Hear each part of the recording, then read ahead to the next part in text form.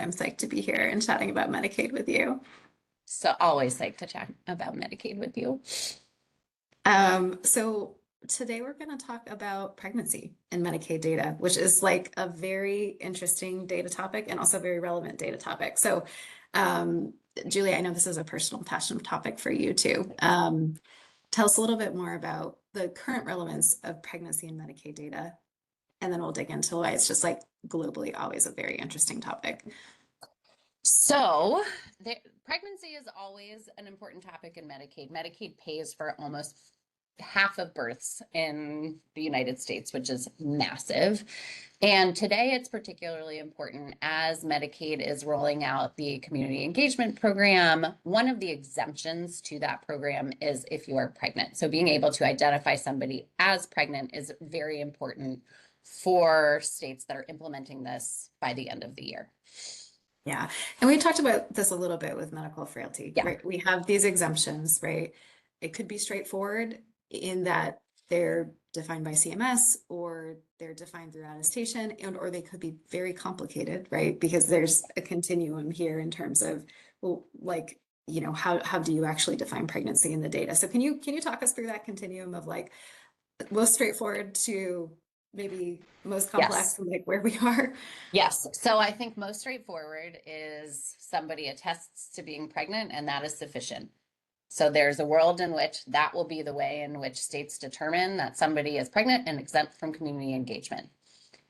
There are also ways in which, so to take a step back, somebody can qualify for Medicaid based on being pregnant. And so you can look at their enrollment and their eligibility record, and it'll say, this is the category for which they are eligible and they're pregnant, they're exempt.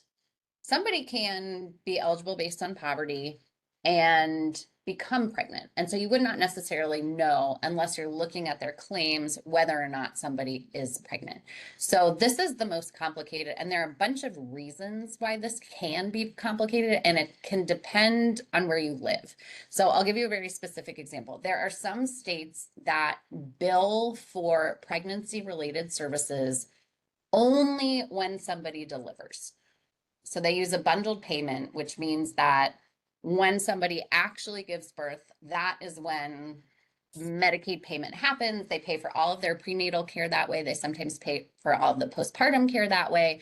And so that would be the only time at which you would see in the data that somebody is pregnant. So that is And that then is a, yeah. just to clarify, in the claims data, because I assume you Mhm. would see in the clinical data, right, that like there's certain tests being ordered.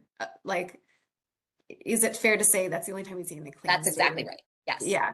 Okay. Yeah. So if we're assuming that the claims data is like the record that's going to CMS, that's the only time Yeah. CMS is seeing it, even though the clinician that might be seeing it in the record for Yes, some very exactly. long period of time. And a state who is implementing the Medicaid program may not have access to all of that clinical data. They may only have access to the claims data since that is what is getting billed to them. And so if a state needs to determine if somebody is pregnant, they also may not know unless somebody has delivered. So at different places, it can be very, very challenging to be able to see if somebody is pregnant.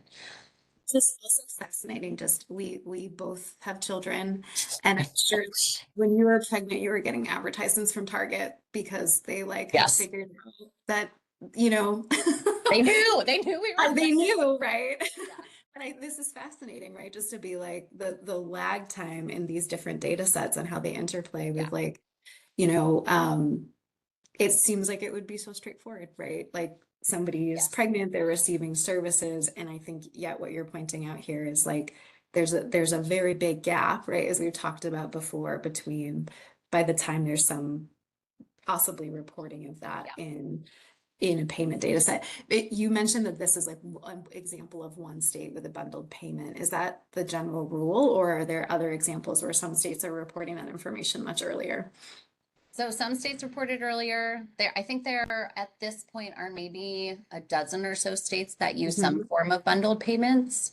I think the other thing that is really interesting about this series of questions is that I have done a lot of research on pregnancy, pregnancy related outcomes, and oftentimes what is really important is understanding the kinds of care that somebody get that may not be related to pregnancy during their pregnancy. And so ultimately, you want to know when somebody is pregnant and when they are receiving some of the services they're getting during that pregnancy. And so we often use administrative data to try and estimate somebody's pregnancy episode. So when it started, when they delivered, their postpartum services. And I'm a big nerd. When I was pregnant, I looked at the claims that I had personally just to see kind Yeah. of when I got a bill, what was the procedure code that was on that claim? Yeah. What did it say about my pregnancy? And there's a lot of variation in how those claims go through. And so I saw when I had an ultrasound at 12 weeks that the code that was used didn't specify when in my gestational period that ultrasound was. My next one did. And so when you look at like the whole duration of a pregnancy, you will have many claims and they can vary a lot in terms of what kind of information is on them. Some might tell you the week of pregnancy, some might tell you what trimester you're in. And so if you're really trying to estimate an episode, it can be really challenging. There can be a ton of noise. Yeah. And so it can be a very, very hard thing just to be able to study these populations and understand, okay, if you're getting this kind of care during a pregnancy, what are the outcomes associated Yeah. with it later? I love, and I'm completely unsurprised that during your pregnancy you were checking the billing codes. Of course. Yeah. Mhm. That's awesome, like a quintessential Julia Baller story. And I think this also speaks to the like, so we have community engagement as like this is a decision point where you say, like, if you're working in Medicaid, this is a complicated data set. There might be a decision here to simply say, we're just going to attest, right? We're going to say, like, we're going to bypass the complicated data work. And yet behind the scenes, I think what you're gesturing to, right, is that this is part of what's so interesting about this, and you wouldn't expect it to be so hard when Medicaid is covering such a large percentage of Yes. birth. And you're pointing out, like, it's actually very hard to dig into this from a research perspective, from any sort of quality perspective, to look back and say, like, what actually happened here, right? Like, when did the pregnancy start? Like, when was care provided? So do you want to riff on that maybe for our final question a little bit? Like, what are some of what are you excited about in looking at this kind of data when you think about it from a quality perspective or, anything else? I think that there are so many questions that you can answer with these data. I alluded to this earlier, but being able to understand if certain kinds of services or interventions are working for this population. Pregnant people are often excluded from research because they are pregnant. And so we really rely on these data to be able to estimate if something is working, if it isn't. And so being able to understand when someone's pregnant, if these interventions are working, are so critical, but it's so hard to do from like a research perspective just because they're excluded from so many studies. So I would say, to me, that is one of the places where this is incredibly important and meaningful. Yeah. Thank you so much. Yeah. So in some ways, community engagement perhaps likely to or like bypass some of this. And yet, like, this is still an interesting Medicaid data problem to solve, right? If we say, Yeah. hey, we really want to do understand what's happening when, in this population at a deeper Yeah. grain over some longer period of time.